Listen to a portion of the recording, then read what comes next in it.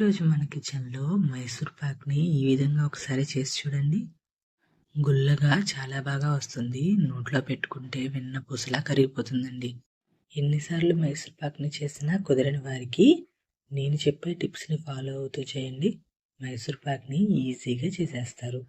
First time చేసేవాళ్ళు కూడా ఈ టిప్స్ని ఫాలో అవుతూ చేస్తే గుల్ల మైసూర్ పాక్ అనేది చాలా బాగా వస్తుంది. మరి లేట్ చేయకుండా నోట్లో ఇట్టే వెన్న పూసలా కరిగిపోయే మైసూర్ పాక్ని స్టార్ట్ చేసేద్దాం పదండి.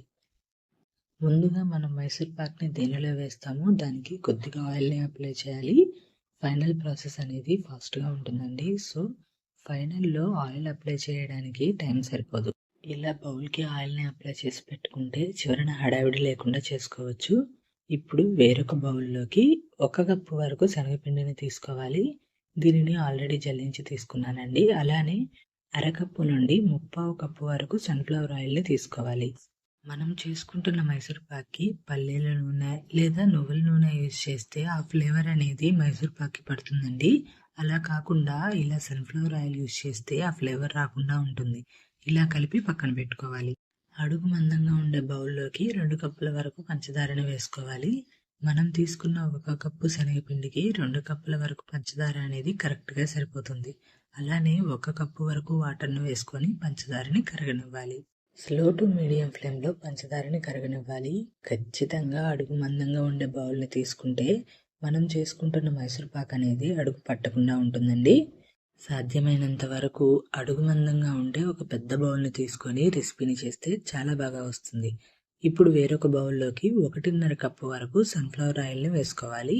ఫ్లేమ్ని స్లో ఫ్లేమ్లోకి అడ్జస్ట్ చేసుకొని ఆయిల్ని వేడెక్కనివ్వాలి. మీడియం టు హై ఫ్లేమ్లో పెడితే ఆయిల్ త్వరగా వేడెక్కుతుందండి. అలా కాకుండా నిదానంగా ఆయిల్ని వేడెక్కనివ్వాలి. ఇప్పుడు మన పంచదార అనేది కరిగిందో లేదో చూద్దాము.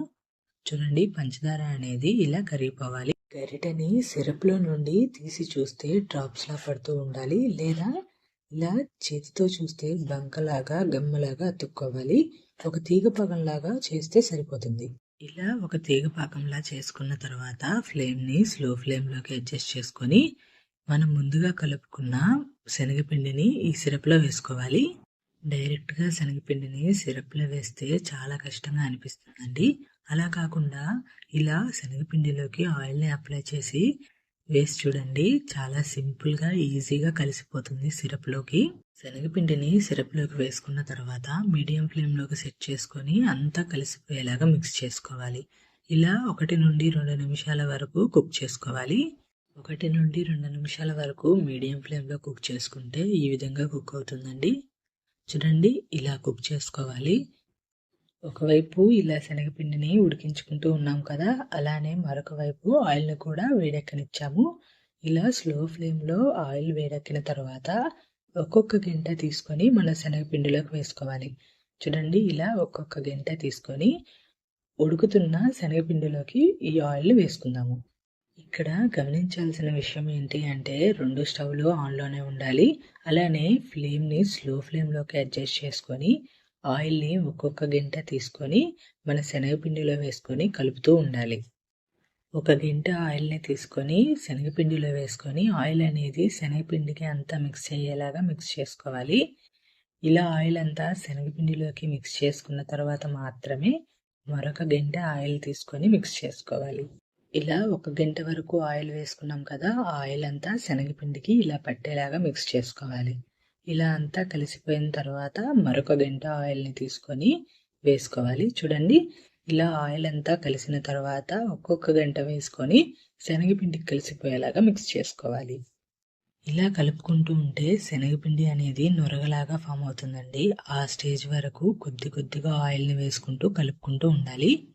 మరీ ఎక్కువసేపు వదిలేస్తే అడుగు పట్టేస్తుందండి. అలా కాకుండా కొద్దిగా ఆయిల్ని వేసుకుంటూ కలుపుకుంటూ ఉంటే శనగపిండి అనేది గుల్లగా ఫామ్ అవుతుంది. ఇలా కలుపుకుంటూ ఉంటే శనగపిండి అనేది చూడండి బౌల్ నుంచి ఈ విధంగా సపరేట్ అవుతూ ఉంటుంది.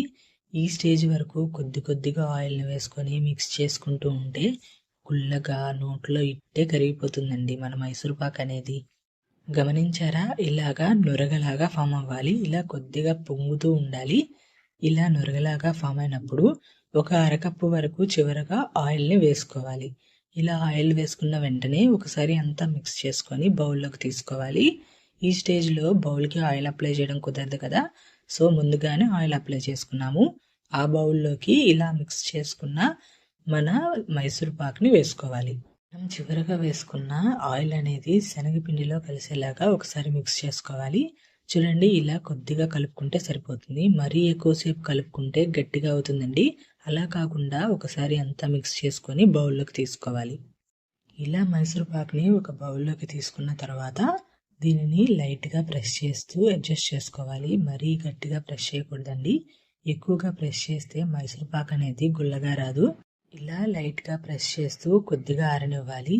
పూర్తిగా చల్లారితే పీసెస్గా కట్ చేసుకోవడం కుదరదండి. సో ఒక్క నిమిషం వరకు కొద్దిగా చల్లారనిస్తే సరిపోతుంది. చూడండి, ఆయిల్ అంతా పీల్చుకొని మైసూర్ పాక్ అనేది ఎంత సాఫ్ట్గా వచ్చిందో. ఇలా మనకి ఏ షేప్లో కావాలంటే ఆ షేప్లో పీసెస్గా కట్ చేసుకోవచ్చు. గోరువెచ్చగా ఉన్నప్పుడు దీనిని పీసెస్లా కట్ చేసుకొని 2 నుండి 3 గంటల వరకు పూర్తిగా చల్లారనివ్వాలి. ఇలా మూత పెట్టి 2 నుండి 3 గంటల వరకు చల్లారనిద్దాము. 2-3 అవర్స్ తర్వాత మైసూర్ పాక్ అనేది చల్లబడుతుందండి. ఈ స్టేజ్లో ఒక నైఫ్తో కానీ లేదా ఒక గెరెటితో కానీ ఇలా చూపించిన విధంగా లూజ్ చేసుకోవాలి.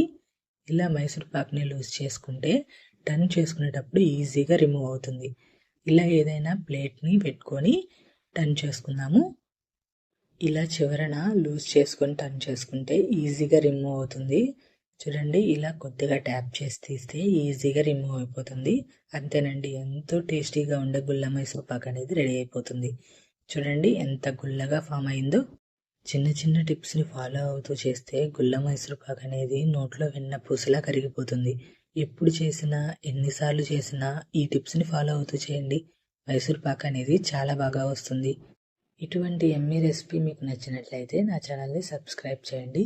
అలానే పక్కనే ఉన్న బెల్ సింబల్ని క్లిక్ చేస్తే నా నెక్స్ట్ రెసిపీస్ యొక్క నోటిఫికేషన్స్ మీకు వస్తాయి. Thanks for watching.